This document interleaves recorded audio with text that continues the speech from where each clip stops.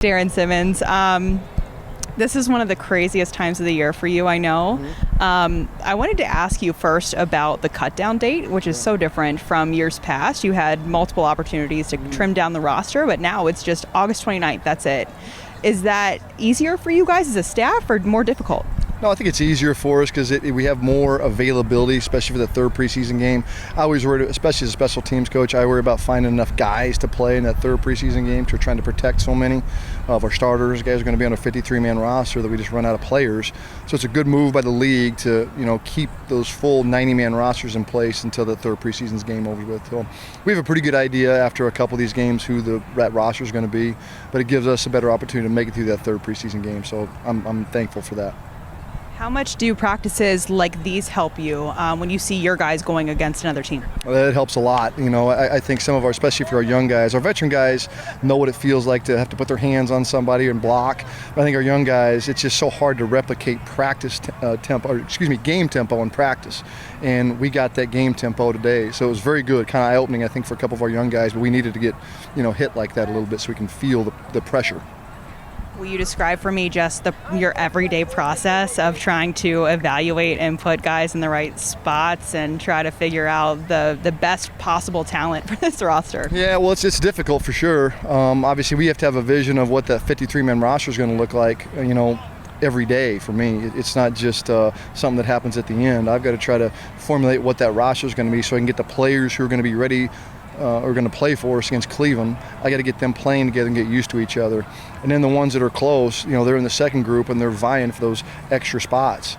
So, I spend a lot of time daily working through my depth charts and all the different combinations of the punt team, the punt return team, the kickoff return team, even the field goal team, in getting them prepared for Cleveland. But at the same time, we got to get ready to play a game here on Friday against Green Bay. So we're going to set some guys, in this game. And so I got to find also enough guys to be able to play and fill in at those spots and give them the best chance to shine too. So, being able to manage that depth chart on a daily basis is no small task. Everyone talks about live NFL action and how different it can be. Do guys really transform in a game like Friday compared to this practice here on Wednesday? Yeah, I think you try to replicate as best you can game speed in practice. It's just so difficult to do that because guys are trying to protect each other. We don't want to get each other hurt. So it's so good to practice against another team like this and to try to prepare ourselves for that. But I do think guys can flip a switch a little bit. They have to. We felt that today, how we need a couple guys need to shift, from first gear. We got to get shifted up into overdrive fast. So it is good to go against other teams and feel that. And so they get to feel what game speed like, because there's nothing that compared to what game speed is. Can I ask your opinion on Andre Yosibas at number 80? A 7th-round draft pick, but he seems quite impressive so far in camp. Yeah, well, that's the big part about him. He played at Princeton. He didn't have a whole lot of exposure to anything in the kicking game, but he knows to be on our roster, he's going to have to make an impact there. And I think he's done fine with that. He didn't look out of place at all. I didn't expect him to. That's the reason we drafted him. He had all kinds of physical ability, and he's a great mental aptitude for the game too. So I'm excited to see what he can do on Friday. It'll be a great opportunity for him. And DJ Ivey, are you hoping to see anything specific from him on Friday? Kind of the same things, and out of Andre. I'm looking for him to make plays as a gunner. I want to see his speed, his movement. It's something that he has experience at in college.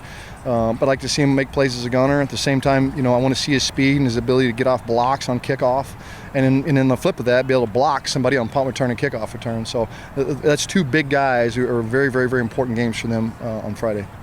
Darrin, last question for you. 21st season in the Bengals organization specifically.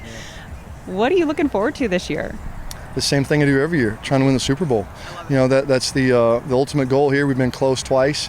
This has been a long off season for me. After we got so close in 21 and we got the chance to get back there. And I know how hard it is, after playing or being in this league for 19 or being here for 19 years and never having that chance, then getting close twice in a row. I know how hard that is. So this is a big year for me too. We got to get right back in the saddle. We're still very, very, very close. We got a great team, and I'm excited as I ever was. So we're ready to get back to Super Bowl.